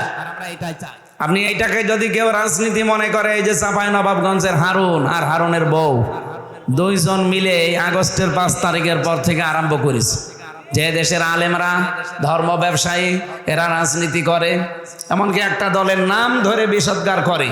এগুলোর মাথা খারাপ হয়ে গেছে। কারণ বাংলাদেশে আন্তর্জাতিক যে জরিপগুলো এখন মাসে মাসে প্রকাশ পায়, আর কিছু মানুষের মাথা খারাপ হয়ে যায়। আপনি টের পাচ্ছেন দেশের অবস্থা এখন? খ্রিস্টানরা রিপোর্ট পাঠিয়েছে, আমরা বানাইনি ভাই। খ্রিস্টানরা তো আমাদের এমনি দেখতে পারে না, তারা আন্তর্জাতিকভাবে 257টা দেশের রিপোর্ট বানিয়েছে। আমি 2টা পড়লাম, এটা এই দেখে কোরআন শরীফ আমার সামনে, আমি বানিয়ে বলছি না, আমি 2টা পড়েছি। 1 নম্বরে 257টা দেশ পৃথিবীতে। মাইক্রোসফট নাম শুনেছেন? এটা তো সব মুসলমানরা চালায় নাকি? এরা রিপোর্ট বের করে জানাচ্ছে 257টা দেশে যারা ক্ষমতায় ছিল, এর ভেতরে 10 জন সবচাইতে নিকৃষ্ট মানুষ। তার 1 নম্বরে হাসিনা, 2 নম্বরে বাশার আল আসাদ, 3 নম্বরে নেতানিয়াহু। যাদের নাম বলছে সব তো আল্লাহর ওলি। যাই হোক, আমি কিছু মনে করতাম না, কিন্তু 1 নম্বরে নামটা আমাদের কন্যার। কি কন্যা পেলাম আমরা বলেন? এমন একটা কন্যা পেয়েছি, ওনার নাম পৃথিবীর নিকৃষ্ট মানুষদের তালিকায় 1 নম্বরে। এটাকে আমি বানিয়েছি? বলেন তো, পৃথিবীর মানুষের তৈরি করা তালিকায় যদি উনি একটা হাসি মানুষ, ওনারে কেন 1 নম্বরে দিয়েছে? আয়না ঘরের কারণে। এটা যে মানবতার সাথে কত বড় কৌতুক, আমি নিজে তো টের পেয়েছি 10 দিন। 3 বছর জেলে থেকেও আমি এত কষ্ট পাইনি, ওই 10 দিনে যে ঝড় আমার উপর দিয়ে গেছে। আর যারা 8 বছর পড়ে আছে, ব্যারিস্টার আরমানের মতো, আমান আজমির মতো 10 বছর পড়ে আছে, বলেন তো তারা কি অবস্থায় পার করেছে? 8টা বছর, 10টা বছর। নিজে কয় জায়গায় একটু দাঁড় করান, আপনি 5 দিন থাকতে পারবেন? এই অবস্থা তৈরি করার পরে তারা তালিকা বের করেছে যে পৃথিবীর নিকৃষ্ট মানুষ এই মেয়েটা। কারণ এত কঠিন হতে পারে মানুষের হৃদয়। রিমান্ডে আমার আগে একজনকে নিয়ে গিয়েছিল, ওই সময় ছাত্র দল করতো, চট্টগ্রামে বাড়ি। ও ওর পরে আমার সিরিয়াল ছিল যে আমারে নিয়ে আমারে নখগুলো তুলবে। এই যে পুলিশ বসে আছে, এরা এগুলো করছে, এরা না, এদের ভাইরা। এদের বললে তো ঝামেলা, কারণ আমার দোলা ভাইও পুলিশ, ছাতাবাজ, এ দোলা ভাইয়ের ঘাড়ে পড়বে। পুলিশ সব দেখলে দোলা ভাই মনে হয় না। আমরা এমনি শ্রদ্ধা সম্মান করি এদেরকে, কারণ যেই 2টা চোখ, একটা আল্লাহর ভয়ে কাঁদে, আর এদের মতো যারা জনগণের জান মাল ইজ্জত আবরু পাহারা দেয়, এই 2টা চোখ আল্লাহ জাহান্নামে দেবে না। এই জন্য আপনারা যারা প্রশাসনে আছেন, এই চাকরিটা শুধু চাকরি না, এটা একটা ইবাদত। মনে করবেন মহান পেশায় আছি, এই পৃথিবীর শ্রেষ্ঠ পেশা এই প্রশাসনের পেশা। কারণ নবীজি তাদের নাম ধরেই বলেছে, এদেরকে আল্লাহ পাক কোনোদিন জাহান্নামে এই চোখ এক জায়গায় জ্বালাবেন না। সুবহানাল্লাহ বলতে পারেন না? তাহলে এই পোশাকটা পরে যে দায়িত্বে আছে, এটা কি শুধু দায়িত্ব? এটা একটা ইবাদত।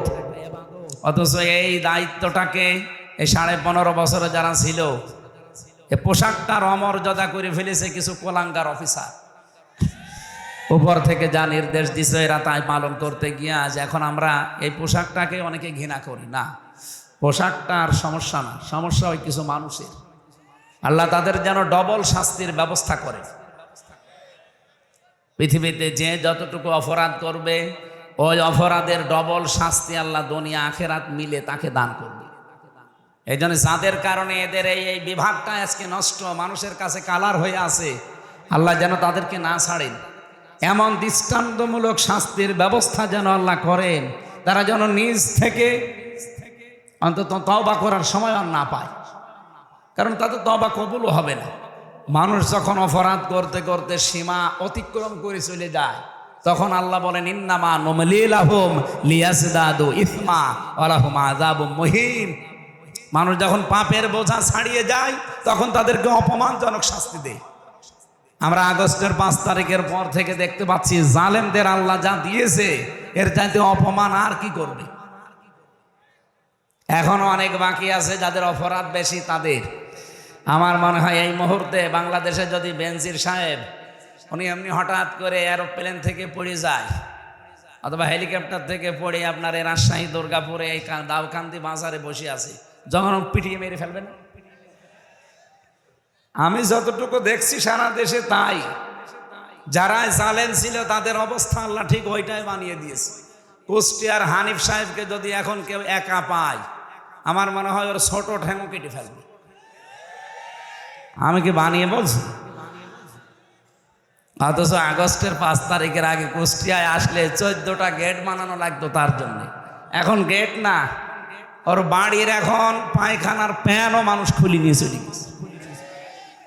এই যে এর নাম আযাবুম মুহিন।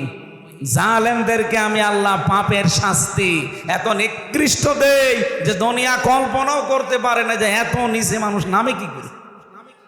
বলেন তো, বাড়ির পায়খানার প্যান যারা খুলে নিয়ে চলে গেছে তাদের কি রাগ ছিল তার উপরে। ওরা যদি সামনে পেত একেবারে টুকরো টুকরো করে ফেলতো না?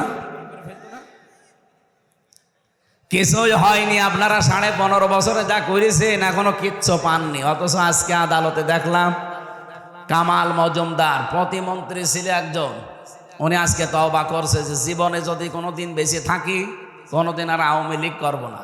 তো তোর বেঁচে থাকার দরকার কি?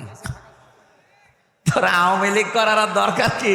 এদেশে পরিচয় আর দিতে পারবে মানুষ না, সে মুখ আপনাদের আর নেই। 100 বছরে অন্তত এই দেশে যারা আমরা জীবিত আছি, 100 বছরে এই ফ্যাসিস্ট যারা, সন্ত্রাসী যারা, মানুষের নামে যারা জঙ্গি মামলা দিত বানিয়ে বানিয়ে, আমি বাস্তবতা বলছি ভাই, এটা যে সব জঙ্গি মামলা বানানো নাটক ছিল তার প্রমাণ এই 7 মাস।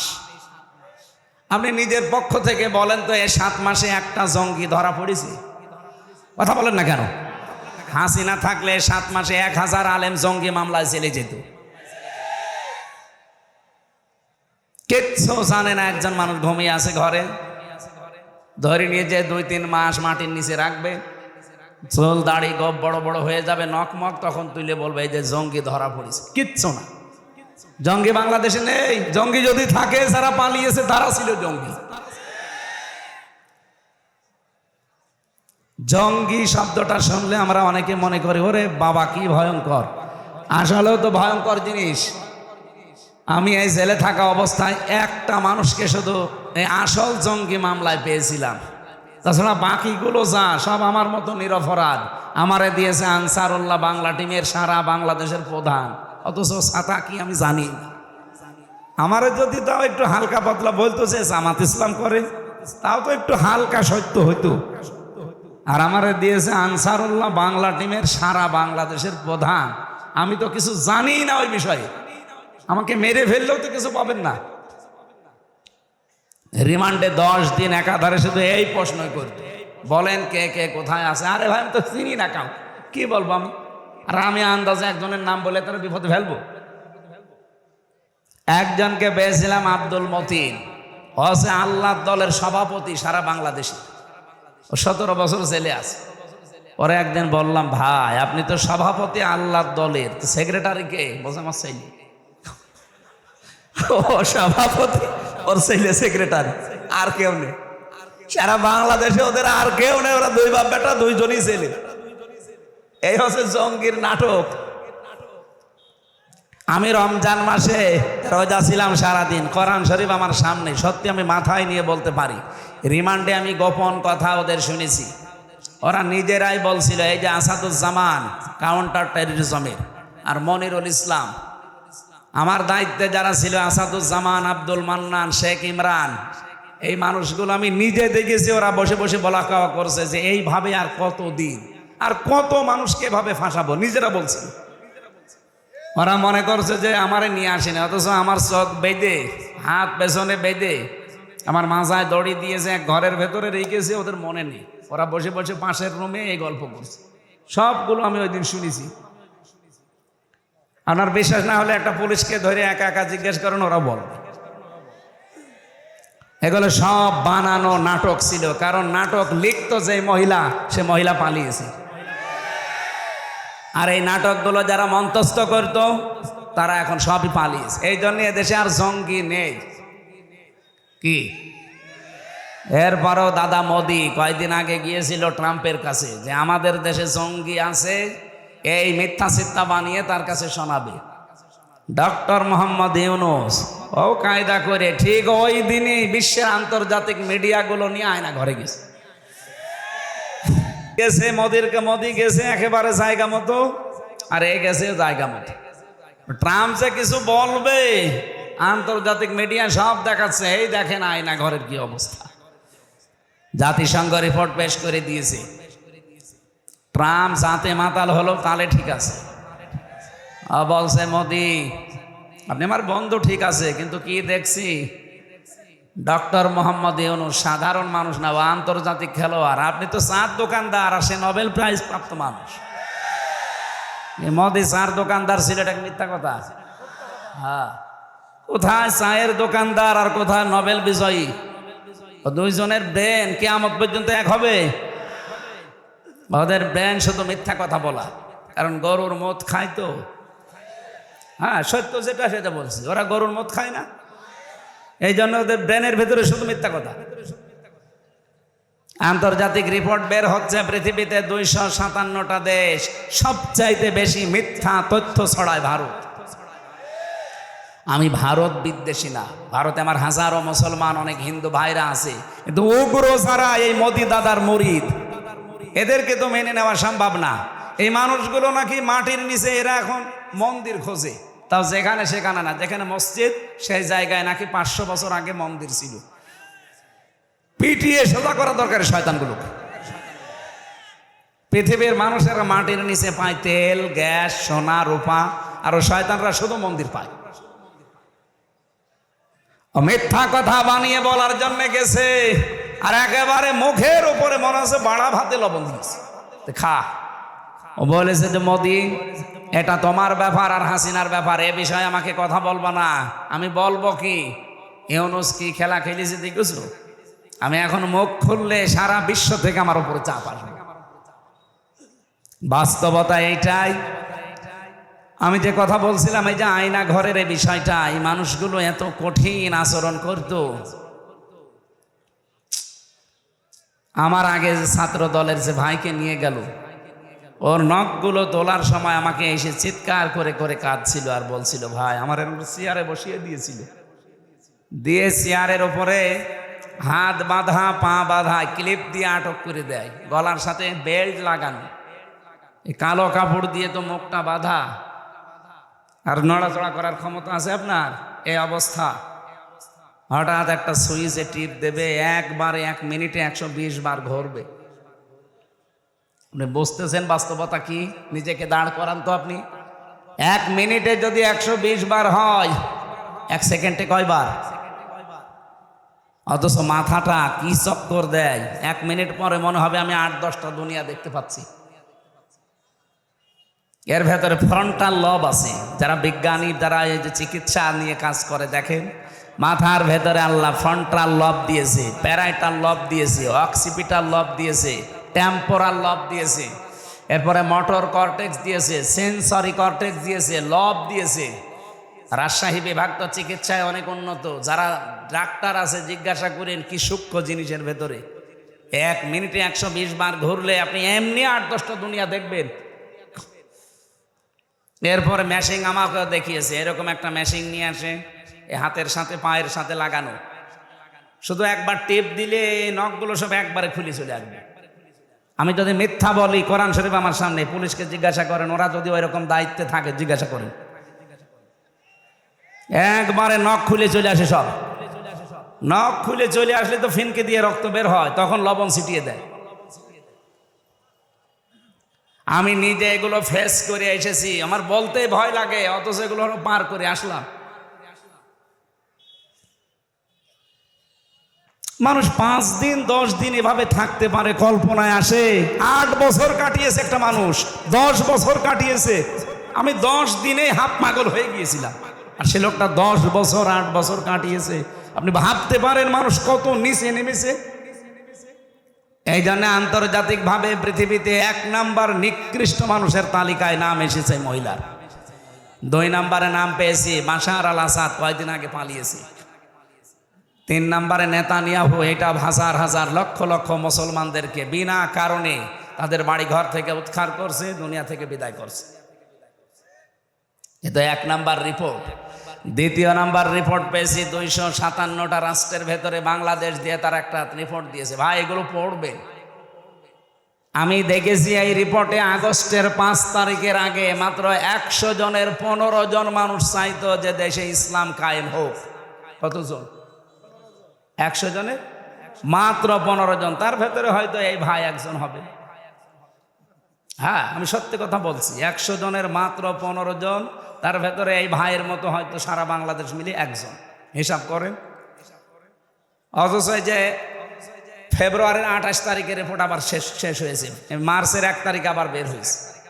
এই রিপোর্টে দেখা যাচ্ছে 100 জনের 66 জন মানুষ এখন চাচ্ছে বাংলাদেশে ইসলাম কায়েম। মাত্র 7 মাসও হয়নি, এখনো 2 দিন বাকি আছে। কি আজকে 3 তারিখ না?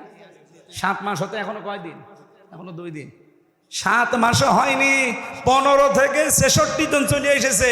আপনি আর 6 মাস যেতে দেন, এদেশের 100 জনের 100 জন মানুষ বলবে যে আমরা এই দেশে কোরআনের বিধান চাই। এটা অনেকে বুঝে ফেলেছে, তো এই জন্য বলে কোরআনের মাহফিলে এসে রাজনীতি করে, এটা ধর্ম ব্যবসা। আরে শয়তান, তুমি যে দুর্নীতি করে টিন চুরি করে ধরা পড়ো। কে? শুল্কমুক্ত গাড়ি সরকারের, সেটা বিক্রি করে দিয়ে উনি জেলে যায়। সরকারের ট্রানের টিন বিক্রি করে চুরি করে জেলে যায়। দলের জন্য, মানবতার জন্য, আল্লাহর জন্য, ইসলামের জন্য একদিনও জেল খেটেছে হারুন না, 2 বার জেলে গেছে, 2 বারই তার নিজের ব্যক্তিগত গোনার কারণে। ট্রানের টিন চুরি করে বেঁচে দেয় যে লোকটা, সরকারি গাড়ি বেঁচে দেয়, শুল্কমুক্ত গাড়ি। আপনি কেন এগুলো করবেন? আপনার মুখে কোনোদিন একামতে দিনের কর্মীদের বিরুদ্ধে সমালোচনা মানায়? কোরআনের মাহফিলে এসে রাজনীতি করা লাগবে না, অর্থনীতি করা লাগবে, যেটা আলেম ছাড়া তারা বুঝবে। আপনার বলে দেওয়ার দরকার কি? আপনার পেটে বম মারলে আপনি একটা আয়াত শুদ্ধ করে বলতে পারবেন? যারা বলে কোরআনের সাথে রাজনীতির সম্পর্ক নেই, আমি ওপেন চ্যালেঞ্জ দিচ্ছি। আমার ছোট্ট মাথার ভেতরে 918 জায়গায় আমি পেয়েছি কোরআন দিয়েই দুনিয়ায় রাজনীতি করা লাগবে। যাদের মাথা এরকম বড় বড় তারা তো আরো বেশি পাবে। আমার এই ছোট মাথায় যদি 918 জায়গায় পাই, যারা আরো বেশি পড়াশোনা করে তারা আরো বেশি পাবে না? আর উনি বলতেছে না, কোরআনের সাথে রাজনীতির সম্পর্ক নেই, এটা মুনাফিকের কথা। আর এটা যদি কেউ বিশ্বাস নিয়ে বলে থাকে তার ঈমান নেই। এই কথা বলছে না? আল্লাহ যেটা বলে ওটার বাইরে কথা বললে তার ঈমান থাকে? বলেন। এই যে কাদিয়ানীদেরকে আমরা কাফের বলি, কেন বলি? কারণ 6666টা অথবা 6236টা আয়াত, একটা প্রসিদ্ধ একটা বিশুদ্ধ, দুইটাই ঠিক আছে। ওরা পড়া কোরআন শরীফ মানে না তা না, 6666টি আয়াত ওরা বিশ্বাসও করে, কম বেশি তারা মানেও। শুধু একটা আয়াতের 4 ভাগের 1 ভাগ ওরা বিশ্বাসও করে না, মানেও না। ওটা সূরা আহজাবের 40 নম্বর আয়াতের মাঝের অংশের একটা শব্দ আছে, মা কানা মুহাম্মাদুন আবা আহাদিম মির রিজালিকুম ওয়ালাকির রাসূলুল্লাহ ওয়া খাতামান নাবিয়্যিন। কত বড় আয়াত না? কি ছোট আয়াত? কত বড় আয়াত পড়লাম। ওরা পুরা কোরআন শরীফের অন্য আয়াত তো বিশ্বাস করেও মানেও, এ আয়াত মানে প্রথম তিনটা মানে মা কানা মোহাম্মদ ঠিক আছে, আবা হাদিমের রিজালিকুম এইটাও ঠিক আছে, ওয়ালাকির রাসূলুল্লাহ এইটাও ঠিক আছে, কিন্তু খাতামান নাবিয়্যিন আমাদের নবী শেষ নবী এটা ওরা মানেও না, বিশ্বাসও করে না। ওরা বলে গোলাম আহমদ কাদিয়ানী শেষ নবী। আপনি শুধু নাউজুবিল্লাহ পড়ে শেষ করে দিলেন, এখান থেকে কিছু নেওয়া যায় না। কোরআন শরীফে আমি নিজে দেখেছি ওদের কাদিয়ানীদের মসজিদ ঢাকার বক্সিবাজারে ওই যে আলিয়া মাদ্রাসার পাশে আহমদিয়া জামাতের মসজিদ আছে, গেটে একজন দারোয়ান বসে আছে, যারে তারে ঢুকতে দেয় না। ওদের বিশ্বাসে যারা বিশ্বাসী তাদেরকে ঢোকায়। ওরা কিন্তু আমাদের মতো আজান একামত দিয়েই নামাজ পড়ছে, সূরা ফাতিহা দিয়েই নামাজ পড়ছে, কিন্তু খাতামান নাবিয়্যিন এইটা ওরা বিশ্বাস করে না, ওরা মানে না, বলে না এইটুকু বানানো। কোরআনে কারিমের শুধু এতটুকু একটা শব্দ, চারটা মাত্র অক্ষর, খ আলিফ তা মিম, খতাম। খতম মানে শেষ। এই শেষ শব্দটা ওরা মানতে চায় না। ওরা মুহাম্মদুর রাসূলুল্লাহকে শেষ নবী বিশ্বাস করে না, মানে না। ওদের বিশ্বাস, ওদের মানার বিষয় যে গোলাম আহমদ কাদিয়ানী শেষ নবী। এতটুকু অস্বীকার করার কারণে যদি ওরা কাফের হয়, কাদিয়ানীদের সাথে মুসলমানদের ছেলে মেয়ে বিয়ে দেওয়াও জায়েজ নেই, এটা আলেমরা জানিয়েছে। তামাম দুনিয়ার সব আলেমরা একমত যে কাদিয়ানীদের সাথে ছেলে মেয়ে বিয়ে দেওয়া যাবে। ইহুদিদের সাথে যাবে, খ্রিস্টানদের সাথে যাবে, হিন্দুদের সাথে যাবে। বলেন বলেন, ওদের সাথে যদি না যায়, তাহলে এতদিন আপনি মিথ্যা কথা মানুষকে জানালেন কেন যে আমাদের সাথে স্বামী স্ত্রীর সম্পর্ক? বলেন, দুনিয়ায় একদিকে হয়ে যেতে পারে, ও দাদার সাথে তো আমাদের কন্যার বিয়ে জীবনও সম্ভব না, কারণ দাদা হচ্ছে ফুল হাতা আর আমরা হাফ হাতা। আমরা হাফ হাতা না, দাদা ফুল হাতা। এখন যদি হাফ হাতা করা লাগে এই বয়সে, হাজাম পাবেন কোথায়? আরো বুড়ো মানুষ, ওর যদি এখন মুসলমানে দেওয়া লাগে, হাজামও লাগবে বুড়ো। আর কেউ চোখ খুলে কাটতে পারবে ওই জিনিস? চোখ বন্ধ করে কাটা লাগবে। শেষে দেখা যাচ্ছে আগা কাটতে যে গোড়া কেটে গেছে। জীবনের মতো বিয়ে করা 7 মিনিট যাবে। এই জন্য এতদিন যারা বলতেন যে আমাদের স্বামী স্ত্রীর সম্পর্ক, তাহলে এটা মিথ্যা কথা। আমি কি এটা বানিয়ে বলছি? সূরা বাকারা 2 নাম্বার পারা 14 নাম্বার পৃষ্ঠার 4 নাম্বার লাইনের 221 নাম্বার আয়াতের মাঝের অংশে আছে, ওয়ালা তুনকিহুল মুশরিকিনা হাত্তা ইউমিনু। রব্বুল আলামিন বলেন, যতক্ষণ কোন মুশরিক পুরুষ ঈমান না আনবে, মুসলমান না হবে, ততক্ষণ তার সাথে মুমিনা নারীর বিয়ে দেওয়া। এটাও মনে হয় আমি বানালাম না, আমি এই আয়াত সামনে নিয়ে কিন্তু এই ফতোয়াটা দিলাম যে যতক্ষণ একজন মুশরিক, একজন কাদিয়ানী, একজন ইহুদি, একজন খ্রিস্টান এরা মুসলমান না হবে, ততদিন পর্যন্ত তাদের সাথে কোনো মুমিনা নারীর বিয়ে দেওয়া, এই কথা বলেন না কেন, জায়েজ আছে। এই আয়াতের ওপরে তাফসীর করেছিলাম সিঙ্গাপুরে, যে ওরা কাফের, ওদের সাথে মুসলমানদের সন্তানদের বিয়ে দেওয়া জায়েজ নেই। ওই আগস্টের 5 তারিখের পরে আমার কয়টা অনুষ্ঠান ছিল সিঙ্গাপুর, মালয়েশিয়া, থাইল্যান্ড, এই দেশে। আমি ওখানে প্রায় হাজার হাজার মানুষ কথা বলেছিলাম এই কায়দায়। আমার ভাইরা, যেই কথাটা তুলছিলাম, পৃথিবীর নিকৃষ্ট মানুষদের তালিকায় যাদের নাম এসেছে শুধু আয়না ঘরের এই নির্যাতনের কারণে, বিশ্বের আন্তর্জাতিক মিডিয়াগুলো কিন্তু আজ এগুলো দেখিয়েই দিয়েছে অলরেডি। আমরা যারা এখানে আছি, আমরা এমন একটা দেশ তৈরি করতে চাই, কিয়ামত পর্যন্ত বাংলাদেশে যেন কেউ আয়না ঘর বানাতে না পারে। এ দাবির পক্ষে আপনারা নেই? কারা কারা আছেন? লিল্লাহে তাকবীর। কোনো অভাব নেই এই দেশে, অভাব শুধু মানুষের তাকওয়ার। এই কথা বলেন না কেন? দরবেশের মতো মানুষ এত বড় দাড়ি নিয়ে ৩৬,০০০ কোটি টাকা চুরি করেছে। এর তাকওয়া আছে? এই জন্য তাকওয়া অর্জন করার জন্য যেহেতু রমজান এসেছে, আমি একটা উদাহরণ যা দিলাম, এইরকম গুলো যদি আমরা সেট করতে পারতাম, বাংলাদেশের প্রত্যেকটা দিক আর বিভাগে একটা দিক আর বিভাগও দুর্নীতি যুক্ত হতো না, সব দুর্নীতি মুক্ত হতো। তাকওয়া কারে বলে? এই যে চিকিৎসা বিজ্ঞান, আজ বাংলাদেশের চিকিৎসা যারা করে বিশাল বড় বড় দাড়ি নিয়ে উনি লিখতেছে, অথচ ঔষধ কোম্পানির লোক এসে বলে স্যার আমারটা লেখেন, আপনার জন্য এরকম কিছু আছে। উনি তখন আস্তে করে ওনার ঔষধ লিখে আবার বলে দেয় যে পপুলারে যাবা, এই কথা বলেন না কেন, মাদারল্যান্ডে যাবা, অন্য কোনো জায়গায় পরীক্ষা করলে হবে না। আমি তো নিজের রাজশাহীতে পরীক্ষিত, এই কারণে আমি বলছি। আমার ওই বড় মেয়েটাকে নিয়ে এসেছিলাম একবার 18 সালের দিকে, আমি ডাক্তারের নাম বললাম না, আল্লাহর নামে নাম তার, হ্যাঁ আব্দুল, এরপরে আমি আর বললাম না, খুব বড় ডাক্তার, 1000 টাকা ওনার ভিজিট। ওনারে লেখানোর পরে উনি একবারে বলছে যে এই 10-12টা এইগুলো সব করে নিয়ে আসো। উনি আবার লিখে দিয়েছে নিচে। চিন্তা করলাম এখানে একজন পরিচিত মানুষ আছে, আমি ওখানে যাব না, আমার জায়গায় যাই। আল্লাহ করে নিয়ে এসে দেখিয়েছি। আমি যাইনি, প্রথমে ম্যাডাম গেছে, ওটা না দেখে ছুঁড়ে ফেলে দিয়েছি। এখানে করতে বললাম, সেখানে না করে কেন? আপনার দরকার কি? আপনার রিপোর্ট ঠিক থাকলে সমস্যা কি? পরবর্তীতে যেখানে গিয়েছিলাম, ভাই এরকম সমস্যা করছে। এরপরে রাজশাহীর ডাক্তার ফাতেমা সিদ্দিকা আছে না, আপারে বললাম যে এরকম, বলছে যে আমি জানি, ওদের সাথে সব লাইন লাইন লাইন করা আছে।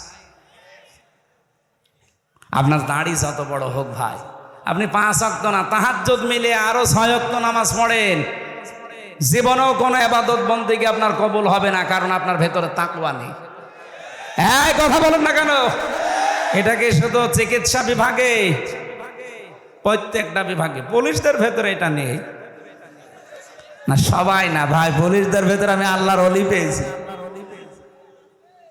আমি যে পুলিশকে, যে ওসি সাহেবকে পড়াতাম কুষ্টিয়ায়, প্রথমে আমার সামনে 10 লাখ টাকা এসেছিল ঘুষ। ওই হিরোইন ধরা পড়েছে 1 কোটি টাকার, ও এসে তখন আমি আবার ঘুষের আয়াতি পড়াচ্ছিলাম, লা তাকুলু আমওয়ালাকুম বাইনাকুম বিল বাতিল, যে ঘুষ খাওয়া যাবে না। উনি এসে বলছে স্যার এটা রাখেন হাদিয়াটা, আর আমার ওই জিনিসটা একটু ছেড়ে দিন। আমার দিকে একটু তাকিয়ে বলছে হুজুর নেব। নেবেন মানে? আপনার পড়ালাম কি? আর ওই দিনই ঘুষের আয়াত পড়িস। বলছে যে তো ঘুষ না, এটা হাদিয়া। হাদিয়া, হাদিয়া আপনারা সরকার দেয় না? বলেন তো, এরকম হাদিয়া যদি ওনার মাসে 5টা আসে, আর বেতন নেওয়া লাগবে? ওই সময় দেখলাম, এই দেখে কোরআন শরীফ পড়াচ্ছিলাম, ওই সময় দেখলাম গরম দিলে, ওই বেটা আমি কোরআন শরীফ পড়ছি আর তুমি ওই জিনিস নিয়ে এসেছো। তাড়িয়ে দিলে ওই সময়। পরে নিয়েছ কিনা আমি জানি না, নিলেও নিতে পারে। কিন্তু এইরকম আল্লাহর ওলি 5টা যদি এরকম হাদিয়া পায় মাসে, ওর বেতনের কয় টাকা হয়? এই জন্য সব বিভাগে তাকওয়া দরকার। কি বলেন তো? আপনারা মন খারাপ করবেন কিনা আমি জানি না, নিজে দেখেছি এবং পড়ছি শুনছি। এই জন্যে মাওলানা মতিয়ার রহমান নিজামী একটা আলেম মানুষ, উনি মন্ত্রী ছিলেন, উনি পুলিশ ছিলেন না, উনি মন্ত্রী ছিলেন, তাও 2টা মন্ত্রণালয় চালিয়েছে। মন্ত্রণালয় চালানোর পরে 26 টাকা বেশি হয়েছে, ওইটা সরকারকে ফেরত দিয়েছে। পৃথিবীর ইতিহাসে এই প্রথম। আপনি যে আল্লাহর ওলি খুঁজে পান না, চলে যান সেই বরিশালে, সেই চট্টগ্রামে। আল্লাহর ওলি এইটা না যে মন্ত্রণালয় চালানোর পরেও 26 টাকা মাত্র ফেরত দিতে পারে। তাকওয়া দেখার জন্য শুধু জব্বার পাগড়ি দেখলে হয় না, তাকওয়া এর নাম। তার কি প্রয়োজন ছিল না? তার বাড়িতে পরশুদিন গিয়েছিলাম, কি অবস্থা বাড়িটার, এখনো পর্যন্ত মাটির দেওয়াল আর টিনের চাল। একটা মেম্বারের বাড়িও আপনি পাবেন বাংলাদেশে এরকম, অথচ সে মন্ত্রী ছিল। আপনি ভাবতে পারেন বাংলাদেশে কত মন্ত্রী পেলাম? এই যে প্রতিমন্ত্রী ছিল একজন, তার 620টা বাড়ি। আমার মনে হয় এই 7 মাস যদি ওরা থাকতো আরো 100 বাড়ি বানাতো। এত বাড়ি দিয়ে আপনি কি করবেন? ঠিক তো আগস্টের 5 তারিখে মালয়েশিয়া যে দেখলাম ওখানে সাহেব পাড়া আছে, কিন্তু সাহেব পাড়ায় শয়তানরা থাকে না, সব হোটেলে থাকে। আমি যেই হোটেলে থাকি নিচে নেমে দেখি দুজন চা খাচ্ছে। কি গো এখানে? হুজুর আমরা আগেই পালিয়েছি। কেন সাহেব পাড়ায় থাকবেন না? ওখানে থেকে মায়ের খাবো। এ দেশে বহু বাঙালি আছে, পিটিয়ে ভক্ত বানিয়ে ফেলবে। এই জন্য সাহেব পাড়ায় যে ঘরগুলো আছে সব তালা মারা। আমরা থাকি চুরি করে এই হোটেলে, বের হই না। মাঝে মাঝে একটু হালকা নিচে নামি এই কিছু খাওয়ার জন্য, আবার জায়গা মতো চলে যায়। বাইরে যে ওরা শান্তিতে নেই। তাকওয়া লাগবে ভাই এই দেশটাকে গড়তে হলে। এত ঋণের বোঝা হাসিনা আমাদের দিয়ে গেছে। ও সাদ সাহেব এমনি গালি দিয়েছে তারে। 1,10,000 টাকা ঋণ এখন এক একজন মানুষের উপরে। আমি যদি এখন জন্ম নেই কেউ, তার মাথার উপরে 1,10,000 টাকা ঋণ। কি নিয়ে গেছে চিন্তা করতে পারেন? 42,000 কোটি টাকা শুধু পাচার করেছে প্রতি বছরে। এই পাবনা পাশে না, এই নাটোরের পরে পাবনা, এই পাবনার উপর থেকে ওনার বোন রেহেনা 76,000 কোটি টাকা মারিং কাটিং করেছি। একটা প্রকল্প থেকে যদি এই হয়, বাকিগুলো থেকে আপনি হিসাব করতে পারেন? আমার দেশ পত্রিকার রিপোর্ট, যাওয়ার দিন শুধুমাত্র 14টা ব্রিফকেস নিয়ে গেছে, কারোর সাথে কোনো কথা বলেনি। পাইলটকে বলেছে ব্রিফকেসগুলো উঠেছে, বলছে হ্যাঁ চলো। একটু কাওয়া কাকুকে যে বলে যাবে কাওয়া চলে যাচ্ছি, তাও বলেনি। এমনকি আমার নাম্বারটা জোগাড় করে বলতে পারতো না যে হামজা 3 বছর জেল খাটালাম, কিছু মনে করো না, চলে যাচ্ছি। কিচ্ছু বলেনি, শয়তান চলে গেছে। এখন মাঝে মাঝে স্ট্যাটাস দেয় যে আমি ঘরবন্দি হয়ে আছি, আমি একটা অনিরাপদ জায়গায় আছি। কেন এখন অনিরাপদ লাগে কেন? এখনো তো কিছুই হয়নি। ওই 14টা ব্রিফকেসে শুধু মাটি ভরা ছিল না, আর ছাই ছিল। কি ছিল? এই কারণে আমরা আজ দুর্বল। আমরা চাই বাইরে যত কিছু আছে, যারা পাচার করেছে টাকা ফেরত দেওয়া লাগবে। যদি ফেরত না দেয়, যা আছে এই দেশে সবগুলো রাষ্ট্রে নিয়ে নেওয়া লাগবে। আর এই 15 বছরে যারা এমপি মন্ত্রীর দাবি করেন, আপনাদেরকে আমরা ভোট দেইনি। কারণ আমার এখন 33 বছর বয়স, 92 সালে আমার জন্ম। আমি 18 বছর থেকে ভোট দিতে আরম্ভ করলে 3 বার ভোট দিতে পারতাম, একবারও পারি না। তার মানে দেশে ভোট হয়নি। এক কথা বলে না কেন? তাহলে ভোট ছাড়া যারা 154 জন হয়ে যায়, দিনের ভোট রাতে হয়, এরা কোন কারণে এমপি মন্ত্রী লিখবে? পোস্টারে যদি কোনো সময় এই 3 বারের এমপি যারা, 3 বারের মন্ত্রী যারা যদি লেখে সাবেক এমপি, সাবেক মন্ত্রী, ওখানে লিখে দেবেন সাবেক চোর, সাবেক ডাকাত। আরো এই 15 বছরে যত টাকা নিয়েছেন রাষ্ট্রের, সব টাকা ফেরত দেওয়া লাগবে। কি?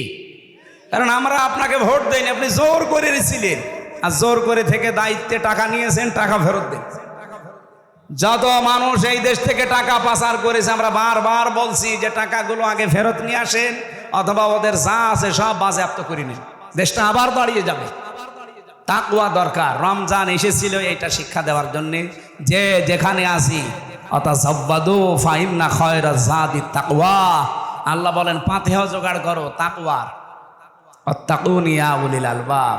তাকওয়ার পাতেহ, আল্লাহকে ভয় করার নীতি অবলম্বন করো।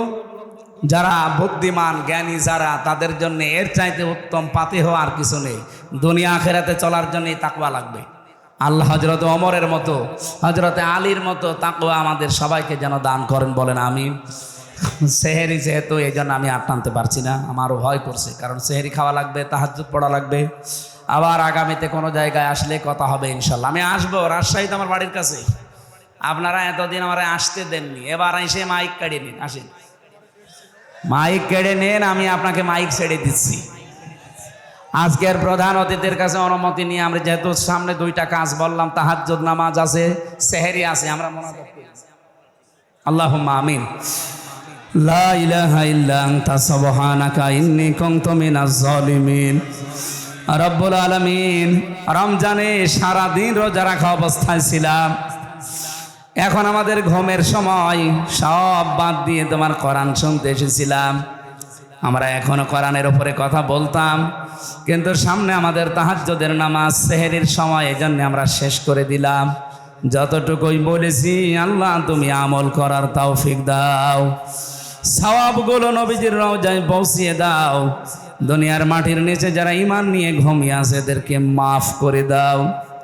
এ মাহফিলের আয়োজন করেছে, কত সুন্দরভাবে সাজিয়েছে তুমি দেখো। আল্লাহ নিজেদের বাড়ি ঘরও এত সৌন্দর্য তারা করে না। কোরআনে কারীম প্রসারের জন্য বিশাল আয়োজনে যারা শ্রম দিয়েছে, টাকা দিয়েছে, আল্লাহ সবার অর্থ সম্পদ শ্রম কবুল করে নাও। মাহফিলের বরেণ্য সদস্য যারা যেভাবে কষ্ট স্বীকার করছে, স্বেচ্ছাসেবক ভাই এবং বোনেরা, আল্লাহ প্রত্যেককে যে মা পেটে নিয়েছে মায়ের পেট খাদিজার মতো বানিয়ে দাও।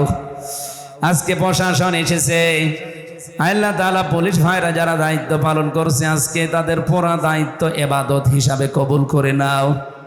আমাদের মাহফিলের সভাপতি, সহসভাপতি, বিশেষ করে প্রধান অতিথি আমার শ্রদ্ধাভাজন বড় ভাই আবু সাইদ জাদ ভাই, যত অতিথি এখানে এসেছে প্রত্যেককে তুমি অমরের মতো কবুল করে নাও।